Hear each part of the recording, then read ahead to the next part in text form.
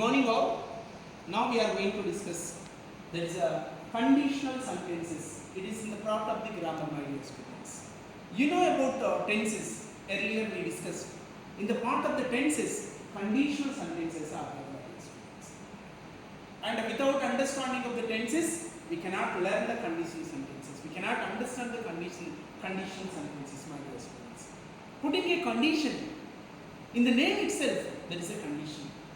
And how many types of conditions are there? What is the use in spoken English as well as the comparative English as well as the written English we are going to discuss, my dear students.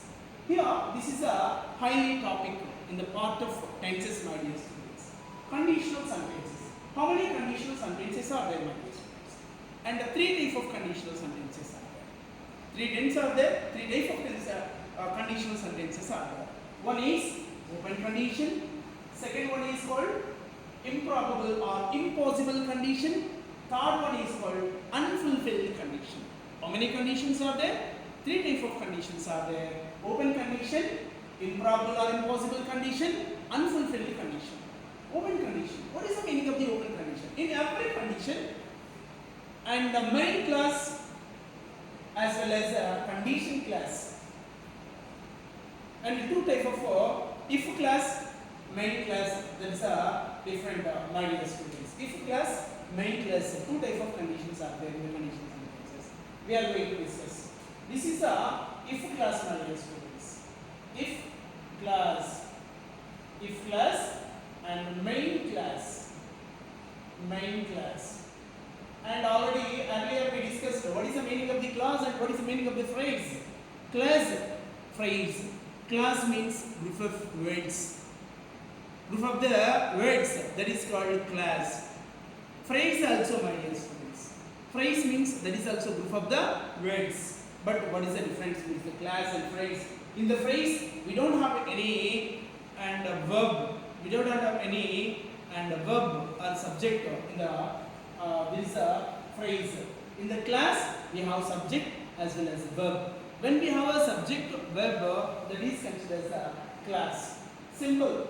If class, main class. When the sentence is started with if, that is called if class. When it gives complete meaning, that is called main class. If class doesn't give complete meaning, and the main class gives complete meaning in every sentence, my dear students. Open condition. Open condition, two types of class are there. In the open condition, two types of verbs tenses are used. One is called simple present and simple future, my dear students. For example, if we talk about the open condition, some examples are there. If you start early, you will catch the bus. If you start early, that is if you start subject plus verb 1, that is simple present. You will catch the bus. Means you will catch the bus, that is in simple future. Open condition, simple present, and the main clause is simple future. If you read well, you will pass. If you do hard work, you will get the job.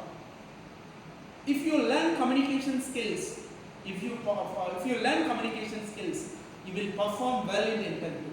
These are called open condition, my dear students. Next one is called improbable or impossible conditions. Impossible things are discussed in the impossible conditions. It is in the if class is in simple past, main class in simple future. If you started early, you would or could, you can catch the bus. You didn't start early, you could not catch the bus. So that is that type of words. Impossible things are discussed in the improbable or impossible condition. If you read well, you would pass, you would get pass marks. If you started early, you would catch the bus. So that's why they are called impossible or improbable conditions, my dear student. One thing, generally for I or he or she, we never use verb.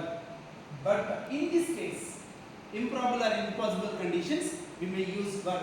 For example, imaginary situations. If I were a bird, I would fly in the sky, would plus ribbon. If I were a bird, I would fly in the sky. If I were Prime Minister, I would act for the If I were a chief minister, I would rule well. Means here, I were, he were, she were, only imaginary sentences we can use in this improbable or impossible conditions, my dear students. Next thing, unfulfilled conditions, which were not fulfilled, they are called unfulfilled conditions, my dear students. In the unfulfilled conditions, if clause as well as the main clause, again it has a if clause as well as the main clause, my dear students. What is the meaning of the if clause? If clause, as I said earlier, if clause doesn't give complete meaning. Main clause gives complete meaning. If the word is started with if I had started early, I could have caught the bus. Means I didn't start early, I could not catch the bus. Means completed in the previous unfinished or unfulfilled conditions. If you want to say, you have to use this conditional sentence, unfulfilled conditions. If I had prepared well, I could have got the job. Means here, I didn't prepare well, I could not get the job. That's the meaning of it. Unfulfilled conditions. Past perfect, such as the past perfect, my dear students. Subject place, had place, V3 place, object. This is a conditional clause, would have place V3. If I had started early, I could have got the bus. Means here, I did not start early, I could not get the bus. That unfulfilled conditions are discussed with that, and these unfulfilled conditions are the unfulfilled conditions, my dear students. Next thing, unless,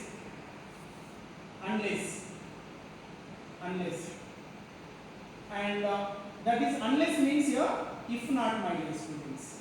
If not is considered as unless, means not place condition, not place conditional sentence. Here, my dear student, I am going to go. If we are going to discuss about it. If unless you catch the bus, you could not reach college in time. Unless you prepared, unless you prepared, you would not get the job. And unless you had reached the college, unless you had reached the college, they would not have invited you. These are conditional sentences, my dear students. They are called three types of conditions: if condition, open condition, improbable or impossible condition, unfulfilled condition. And if clause, main clause. Every clause has two sentences. One is called if clause, main clause. If clause gives it doesn't give complete meaning. Only main clause gives complete meaning, my dear students. This is a simple past and would place V1. And unfulfilled condition and the past perfect place would have place V3. And next, these are the things, my dear students. And for generally for the past tense, I, he, she, any singular we used to use was, but in especially this condition only we can use were. What is the past tense helping verb, my dear students? Some helping verbs, sometimes they use it as verbs also. These are the things, my dear students. Now we are going to discuss. Okay, thank you very much, my dear students, for listening of my classes.